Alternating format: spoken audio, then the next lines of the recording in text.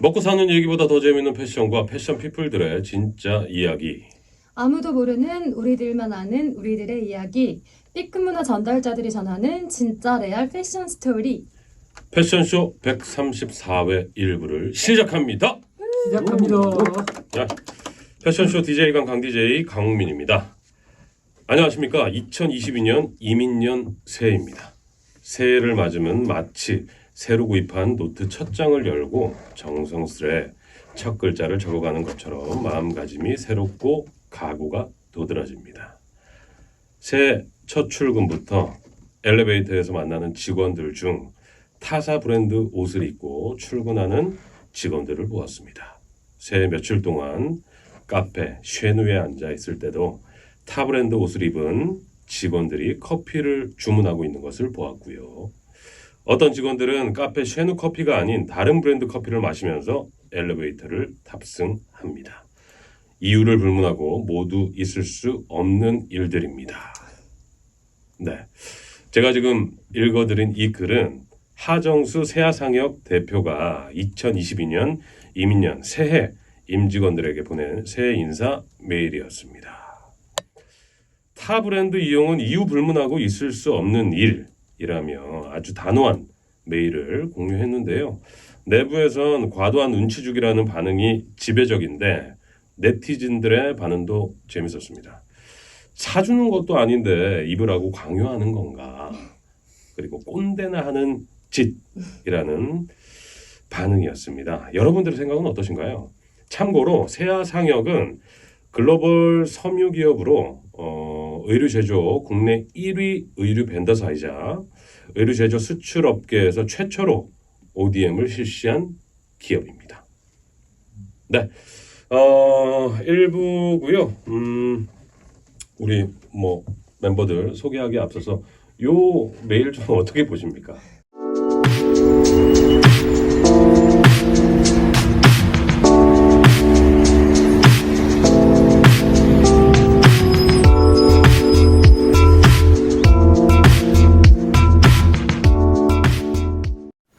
세아상혁이 OEM이나 수출만 하는 게 아니고 인디에프라고 계열사로 인디에프라는 브랜드들도 많이 하고 있죠. 계열사를 갖고 있는데 인디에프 안에는 트루젠, 트루젠, 여러 가지 브랜드들 오빠니아. 이번에 그 누구죠? 정구호 씨가 가서 신규 브랜드로 런칭하고 젊은 사람들한테는 테이트 이런 것도 있고 맞아요. 여러 브랜드가 있어요. 꽤 큰 회사예요. 중견 기업이야. 인디에프도. 근데도 너무 과하지 않은가 이런 생각이 들어요. 우리 B급 인생은 과하다. 아니 그럼요. 원래 이제 그 패션 업체들은 사내 세일을 자주 해서 가장 많은 옷이 자기네 회사 옷일 거예요. 그렇죠. 그건 확실할 텐데 그렇다고 그것만을 강요하는 거는 패션을 하는 사람으로 볼 수가 없는 아주 험악한. 우리 태근 형님은 어떠십니까? 저는 아니 방송 저는 굉장히 그렇죠. 오너의 입장이다 공감을 보니까, 많이 하시던데. 오너의 입장이다 보니까 공감이 가죠. 왜냐면 저 같은 경우도 제 아는 사람이 저한테 사건을 주지 않고 다른 쪽으로 가면 그거만큼 좀 배 아픈 일이 없고 진짜 마음에 가슴 아픈 배 아픈 배가 것도 아니라 있고 이제 가슴이 아프죠. 섭섭하죠. 섭섭하기도 인간적으로. 하고 그렇죠. 많이 좀 다운도 되고. 음. 근데 이제 그건 이제 제 아는 사람인데 자기 직원이 자기 회사 브랜드가 아닌 다른 회사 브랜드를 입고 있는 모습을 보면 눈 뒤집히지 뭐. 그렇죠. 그런데도 이제 약간 근데 직원분들의 너무 과하다, 그럼 약간 꼰대다 그런 부분도 좀 이해가 되는 부분이 있긴 하지만 어차피 네 오너의 입장은 그럴 수밖에 없다. 그럴 수밖에 없다. 네, 공감을 많이 하시더라고요. 네. 방송 전부터. 우리 황하나는 어떻습니까?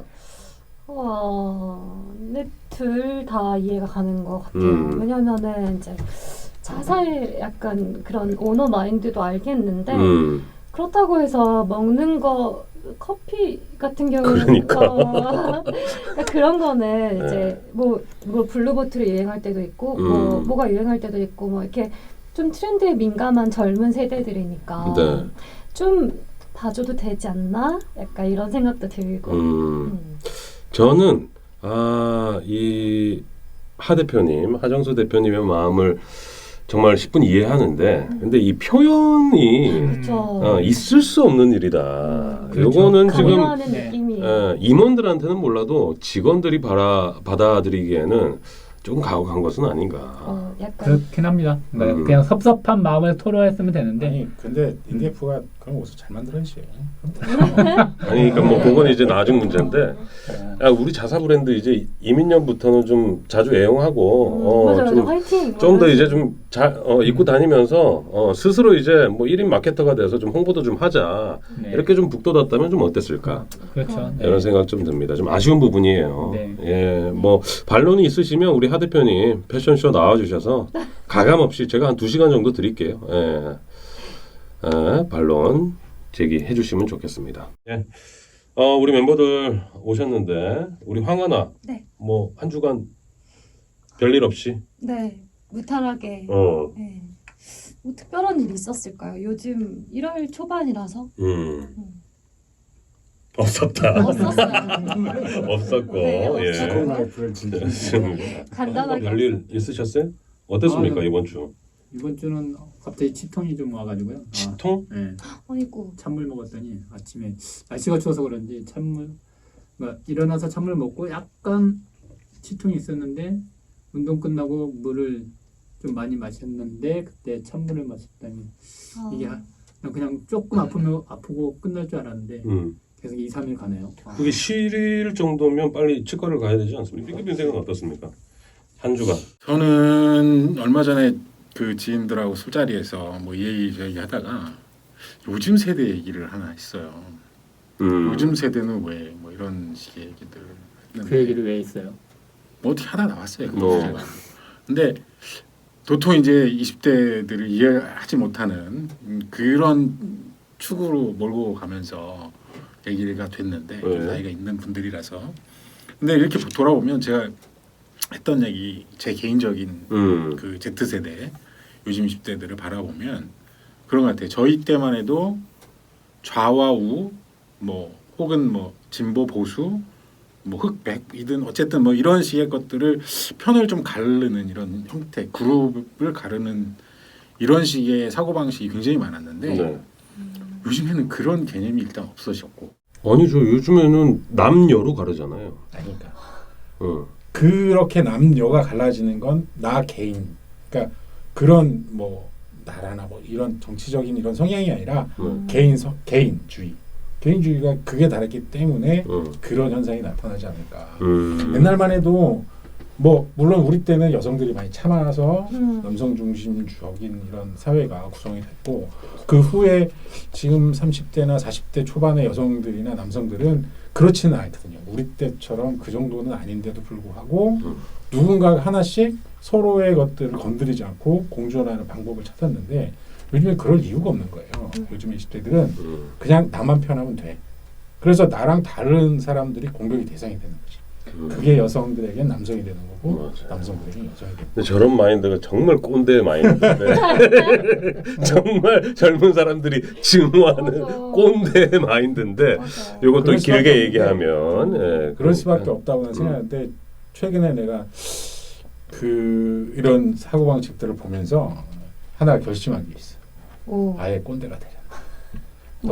지금도 꼰대인데 아니 뭘 그걸 결심까지 해요. 20대랑 싸우는 있으면 그러면 안 된대. 싸움을 벌여야 돼. 꼰대가 되자. 나도 가끔씩 회사에서 꼰대면 어때서 차라리 꼰대가 돼야지 이러면 알려줘야지. 포기하는 게 아니라. 패션쇼 이제 1부 본격적으로 시작할 텐데 한 주간의 패션 이슈를 알아보는 패션 브리핑 시간입니다. 네.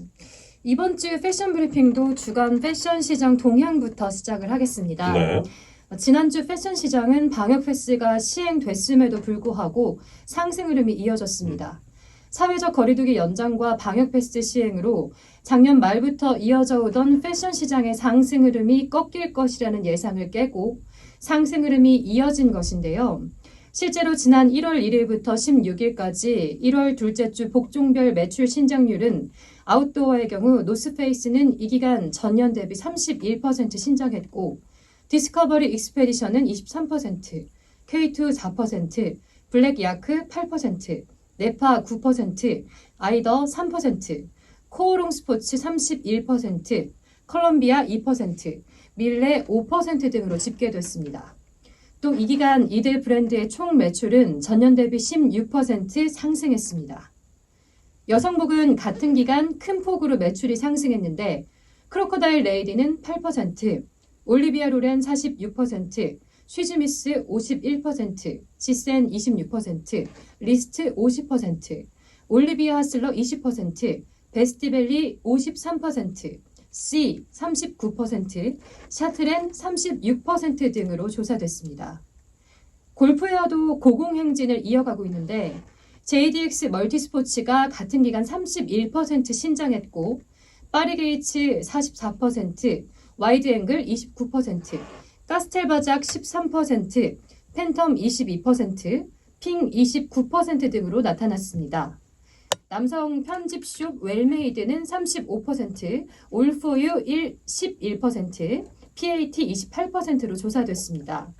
아당복 역시 크게 성장했는데 뉴발란스 키즈는 53%, MLB 키즈 57%, 칸골 키즈 160%, 플레이 키즈 프로 33%, 블랙 야크 키즈 18%, 닥스 키즈 48%, 노스페이스 5%, 네파 키즈 19%, 헤지스 키즈 29%, 휠라 키즈 62% 등으로 나타났습니다. 네, 아동복까지 살펴봤는데 1월 지금 이제 둘째 주죠. 둘째 주에 복종별 매출 동향을 좀 살펴봤습니다. 네. 사실 뭐 지난주 그리고 그 2주 전에도 저희가 늘 말씀을 드렸지만 지금 이제 백신 패스 그리고 여러 가지 지금 안 좋은 상황들이 있음에도 불구하고 그렇게 뭐 꺾이거나 매출이 그런 현상은 보이지 않는데 특히 이제 여성복이 굉장히 그 상승을 했어요. 이 상승 원인은 뭐 어떻게 봐야 됩니까? 일단 두 가지 정도로 요약을 하는데 첫 번째는 이게 기저효과가 좀 큰 것 같고 작년 이맘때 굉장히 안 좋았고 기저효과가 좀 있는 것 같고 두 번째는 날씨 연초부터 추운 날씨가 계속 반복이 되는 이런 날씨가 겨울옷 판매에 딱 좋거든요. 추웠다가 더웠다 추웠다 더웠다 추웠다 더웠다 계속 딱 성수기죠. 네, 요런 날씨가 제일 좋아요. 그래요. 그러면 옷을 사요 사람들이. 그래야 되는구나. 따뜻한 날씨하고 따뜻한 날씨가 일주일 동안 지속된다거나 추운 날씨가 일주일 이상 지속된다거나 이러면은 오히려 매출이 안 나오고 3일 추웠다가 3만 이틀 4만 예, 그렇지. 그런 형태가 나타나면 매출이 겨울옷이 굉장히 잘 팔려요. 그 참 신기하네. 그 어떤 심리가 뉴스는요? 그 작용. 네, 다음은 2021년 실적 시리즈로 골프웨어 실적 분석인데요. 골프웨어 시장은 지난해 전반적인 호황 속에 세대 교체가 빠르게 진행된 것으로 평가할 수 있습니다. 특히 기존 골프웨어와 달리 MZ세대를 타깃으로 한 요즘 골프웨어 브랜드들이 두각을 나타내며 골프웨어 시장의 트렌드를 이끌었습니다. 실제로 말본 골프는 지난해 하반기 본격적인 영업에 나서며 지난해 매출 100억 원을 넘어서는 등 주목받았고 어뉴 골프는 지난 2020년 100억 원대에 불과했는데 지난해에는 450억 원의 매출을 기록하며 4.5배가량 성장했습니다. 하지만 기존 골프웨어는 이런 골프웨어 시장의 성장과 달리 소폭 성장에 머물렀는데 매출이 줄어든 것은 아니지만 상당수 브랜드가 신장률 10% 미만에 그치는 등 성장의 과실을 나누지 못한 것으로 분석됩니다. 다만 기존 브랜드 중에서도 마스터 바니 에디션, 볼빅 골프웨어, 레노마, 링스 등은 상품의 변화를 통해 젊은 감각과 스트릿 트렌드를 가미한 제품을 내놓으며 선방했습니다. 주요 골프웨어 브랜드의 지난해 실적을 보면 캘러웨이는 1,523억 원의 매출을 올리며 전년에 비해 5.8% 신장했고 파리게이츠는 1,257억 원으로 17.4% 신장했습니다. JDX 멀티스포츠는 1,214억 원으로 전년 대비 4.8% 신장했고 핑은 18% 성장한 1,106억 원, 팬텀은 4% 신장한 806억 원, 가스텔바작은 764억 원, 마스터바이 에디션은 634억 원, 링스 556억 원, 볼빅 골프웨어 450억 원, 레노마 골프 451억 원으로 집계됐습니다. 네, 골프웨어 브랜드들 실적 분석을 좀 해봤는데 사실 뭐 그 작년부터 MZ 세대들이 이제 골프를 즐기고 골프복을 구매를 많이 한다라는 소식은 저희 뭐 패션쇼에서도 늘 전해드렸는데 이게 지금 성과로 이제 나타났군요. 근데 이게 과연 언제까지 갈까요? 계속 이렇게 좀- 끊임없이 갈 거라고. 그렇습니까? 끊임없이. 골프는요? 아니, 그러니까 골프뿐만이 아니라 네. 어차피 제가 계속 많이 강조하고 반복적으로 했던 것들은 소비 주체가 달라졌다. 이제 20대, 30대, 40대 초반이 메인 소비층이다. 그들의 라이프 스타일이 이미 옛날과 다르다. 네. 이거거든요. 네. 네. 그러니까 이들이 다시 뭐 옛날처럼 뭐 지금 현재 50대나 60대의 라이프 스타일로 돌아갈 리는 만무하고 예. 그들의 라이프 스타일이 이렇게 한 번씩 즐기는 거. 한 달 샌드위치 먹으면서 아낀 돈을 가지고 골프장에 한번 가는 뭐 이런 라이프 스타일. 그렇잖아요. 뭐 다른 것도 뭐 차 좋아하는 사람들은 또 그렇게 하는 경우도 있고 별의별 게 다 있는데 어쨌든 그들의 라이프 스타일이 그렇게 바뀌었기 때문에 소비 산업이나 이런 것도 다 그거에 맞춰서 변할 수밖에 없다고 봐요. 아니 근데 그 실적이 이렇게 분석이 돼서 데이터로 나왔으니까 사실 요거 나오기 전부터 기존 골프 브랜드들에서는 뭐 이런 점을 좀 인지를 하고 있지 않았겠습니까? 알죠? 그래서 이제 뭐 MZ 세대나 Z 세대를 타깃으로 한 라인으로 좀 뭐 확대를 한다든지 뭐 이런 움직임도 좀 보입니까? 근데 솔직히 이건 불가능에 가까워요. 아 그래요? 왜냐하면 그렇다라면 기존 고객을 버려야 돼요. 양립은 불가능합니다. 지금 20, 30대, 20대나 30대와 50대, 60대를 동일하게 가져가는 건 불가능에 가까워요. 그런가? 어차피 다른 브랜드로 다르게 시작을 하거나 기존에 있는 브랜드 이쪽으로 가려면 기존에 있는 브랜드를 버려야 돼요. 기존 고객을. 그럴 수는 없어요. 이 집도 얘네보다 훨씬 더 큰데. 훨씬 현재. 크니까. 그럼요. 예전에 버리지 못하기 때문에 양립을 못하고 그러면 새로 신규로 성장하는 시장을 런칭. 겨냥한 신규 브랜드를 런칭하는 게 맞는 방법이겠죠. 그러니까 기존 골프 브랜드에서 예전에 그 인디안 모드에서 웰메이드로 바꿨던 이런 시도를 하는 브랜드들은 없습니까? 했다가 다 망했어요. 망했구나. 옛날에 이동수 골프가 밀링 이동수라고 그 완전히 다 바꿨는데 쫄딱 망했고. 이동수 골프 진짜 유명했었는데. 네, 그거 말고도 많아요. 그런 식의 그 시도를 했다가 결국엔 다시 원점이 되거나 망하거나 이런. 골프 타이틀 리스트는 왜 없어요? 아마 매출을 안 주니까 없겠죠. 매출을 공개 안 하니까. 매출 공개를 안 그 하니까. 아픈 부분은 좀 짚지 마세요. 아니, 실제로 여기서 빠진 것 중에 더 큰 브랜드는 타이틀 리스트가 있어요. 타이틀 리스트도 있고 그 다음에 그 가두점 브랜드 중에서는 루이 카스텔도 있고 뭐 그런 브랜드들이 있어요. 있는데 루이 카스텔도 소개를 안 했군요. 그런 브랜드가 있는데 그런 것들은 빠지고. 알겠습니다. 뭐 제가 알기로는 지금 올해 이제 신규 런칭할 골프 브랜드들도 좀 있다고 보여지는데 이 경쟁이 더 치열해지겠네요. 그렇죠. 경쟁이 치열해지는 대신에 요즘 골프웨어들은 옛날처럼 뭐 유통망을 어마어마하게 늘리거나 유통망 싸움을 가지고 하진 않아요. 일단 알본 골프처럼 이거 뭐 매장 몇 개 안 되는데 그냥 배고 순식간에 달성했거든요. 이런 식의 브랜딩이 아마 일반화되지 않을까. 다음 뉴스는요? 네, 다음은 패션그룹 형지가 대리점의 운송 비용을 전가한 행위가 적발돼 공정거래위원회로부터 과징금 1억 1,200만 원을 부과받았다는 뉴스입니다. 공정위는 형지가 지난 2014년 1월부터 2019년 12월까지 자사 의류 상품을 보관하고 있는 대리점에 다른 대리점으로 행랑을 이용해 의류를 운반하도록 지시하고 소요 비용을 모두 대리점이 부담하도록 했다고 발표했습니다. 또 공정위는 형지에 대해 향후 동일하거나 유사한 행위를 하지 않도록 시정 명령을 내리고 이런 사실을 모든 대리점에 통지하도록 명령했습니다. 그러나 형지 측은 최근 이 같은 공정거래위원회의 발표에 오해가 있다며 공식 입장을 발표했습니다. 우선 공정위 자료에 행랑비를 전액 부담시켰다는 것은 오해의 소지가 있다며 행랑비는 총 688개 매장 가운데 대리점을 제외한 백화점, 아울렛 등 직영 매장 112개에만 적용했고 대리점의 경우도 월 63,500원의 행랑 비용을 본사와 대리점이 5대5로 부담했다고 주장했습니다. 예, 형지 소식인데 대리점의 운송 비용을 전가한 행위가 적발돼서 공정위에 이제 벌금을 받았습니다. 근데 뭐 이런 것들이 업계에서는 좀 뭐 있었던 솔직히 뭐 관행이라고 보여지기도 하고 관행으로까지 이거보다 더 하는 데들도 많아요. 어디에 있습니까? 얘기를 좀 해보세요. 기억이 안 나네. 할 기억이 말이 안 많지만 나? 하지 않는다. 할 만한. 아무튼 근데 그 뭐 형제 측에서는 이제 그게 아니다 오해가 있다라고 이제 주장은 했는데 근데 솔직히 월 6만 원을 가지고 이렇게 받았다는 건 봐도 뭔가 뭐 그렇잖아요. 누군가가 굉장히 많은 대리점들이 불만을 표시한 것 같아. 집단적으로 제가 봤을 때는. 아니 근데 이 대리점 중에 백화점 아울렛 그 직영 매장에만 적용을 했다라는 건 요거는 뭐 문제가 안 되는 겁니까?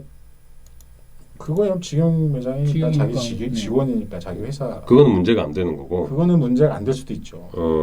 안 되죠. 그건 자기 회사니까. 자기 회사니까. 자기가 직접. 대리점이 문제. 갑과 을과의 관계가 성립이 안 되는 거니까. 그러니까 직영 외에 이제 일반 대리점 의 경우에는 문제가 1억 1,200만 원을 이제 과징금으로 부과를 받았고 사실 뭐 우리 B급 인생이 주장하시는 대로 지금 형지 말고도 패션 기업 중에서는 이 관행으로 아마 행랑비 말고도 그런 소모품비들은 아마 다 대리점에서 비용을 부담할 거예요.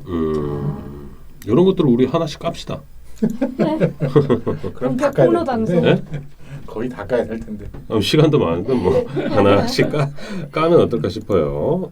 다음 소식은요? 네, 다음은 LF가 제품 재고 관리의 혁신의 일환으로 전 매장에 RFID 시스템을 도입했다는 소식입니다.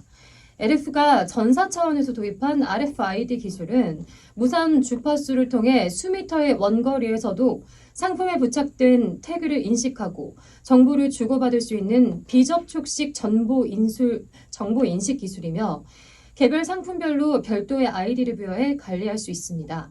기존에 활용되던 바코드 방식에서는 불가능했던 개별 상품 단품별 관리뿐 아니라 재고 관리 효율성을 향상시켜 생산 공장부터 매장까지 공급망 전반에서 실시간으로 가시성을 확보할 수 있는 것이 특징입니다. 예, LF 소식인데 아직 그 패션 기업 그래도 그 상위권에 좀 올라와 있는 매출이 패션 그룹에서 RFID 도입 안 된 곳들이 좀 많습니까?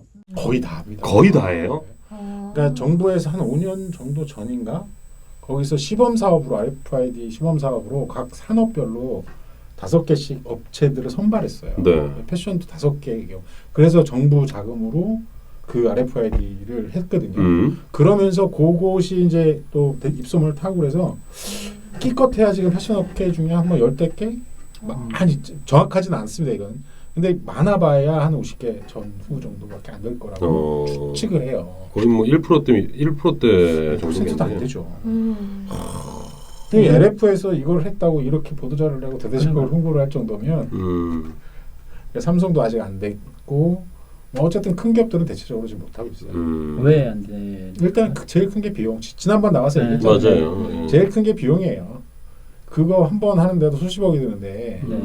지금 현재의 수십억을 투자해서 물류 시스템을 교체하는 게 효율적이냐 아니냐는 것들은 경영진의 판단이니까. 근데 제가 봤을 때는 그때 나와서 얘기했던 것처럼 3년 안에 이거 다 회수할 수도 있을 것 같기는 한데 이 경영자들이 쉽지 않다는 쉽지 거죠. 않은 거긴 한데 해외 사례를 비춰봤을 때 RFID 기술을 도입한 글로벌 기업들은 굉장히 많거든요. 근데 사실 이 기술이 지금 그 상용화 됐다고 한 지가 꽤 오래됐는데 아직까지 이 산업 전반에는 도입이 안 됐다라는 게 조금 아이러니하긴 합니다. 다음 뉴스 또 있습니까? 네. 다음은 FNF가 메타버스 전용 브랜드 수프라를 런칭하고 모델로 댄서 노제를 발탁했다는 뉴스입니다. 노제는 지난해 엠넷 스트릿 우먼 파이터를 통해 큰 인기를 얻고 있습니다. 또 스프라는 현대적인 디자인과 혁신적인 미학으로 서브컬처를 선도하고 있으며 최근 세계적으로 사랑받고 있는 한국의 서브컬처인 K-팝 댄스를 융합한 메타버스 패션 브랜드입니다. 수프라가 추구하는 메타 패션은 메타버스에서 제공되는 디지털 아바타형 의상이 디지털 트윈으로 실물 제작된다고 합니다. 예, FNF가 굉장히 발빠르게 메타버스 전용 브랜드를 론칭을 했습니다. 스프라 이게 뭐 무슨 뜻입니까? 몰라요. 스프라? 원래 뭔가- 있던 브랜드였던 것 같아요. 있던 브랜드를 리런칭한다고 하는데 원래 있던 걸 내가 몰라서 내가 뭐라고 말을 못하겠네. 스프라. 뭐 근데 줄임말인가? 브랜드의 문제가 아니라 메타버스 전용 브랜드는 국내 처음인 것 같거든요. 네. 제가 봤을 때 메타버스 전용 브랜드라는 거 어떤 의미예요? 메타버스에서만 가상 공간에서 그냥 거기서 전용 구매를 브랜드로- 하고 그렇게 그렇죠. 하는 그래서 여기 트윈 실물로도 제작한다는 거잖아요. 아바타에서 판매 그 가상 공간에서 판매 아바타용으로 판매를 하면 그거를 실물로 제작해서 보내준다는 거잖아요. 아바타가 입을 수 있는 의상. 아바타가 그걸 입을 수 이제- 있는 의상이 아니라 네. 내가 입을 수 있는 옷인데 아바타를 통해서 의상을 공개를 하고 그 아바타에 입은 옷을 실물로 만들어준다는 거예요. 그러면 아, 제가 그거까지가 서비스? 네. 아. 요새 뭐 오. 내 아바타용 말고 아바타로 실물로도 꾸밀 수 있는 만들어준다. 브랜드가 아니고. 네, 그건 당연한 거고 그게 돼야 메타버스 안에서는 이루어지니까 당연한 거고 판매 거기서 기사를- 입었던 그 아바타가 입었던 옷을 실물로도 만들어서 보내준다는 뜻이에요. 그 싱크로율이 얼마나 될라나. 그게 관건이긴 하죠. 어. 아무튼 메타버스가 지금 뭐 트렌드인데 FNF가 발빠르게 움직이고 있는 것 같습니다.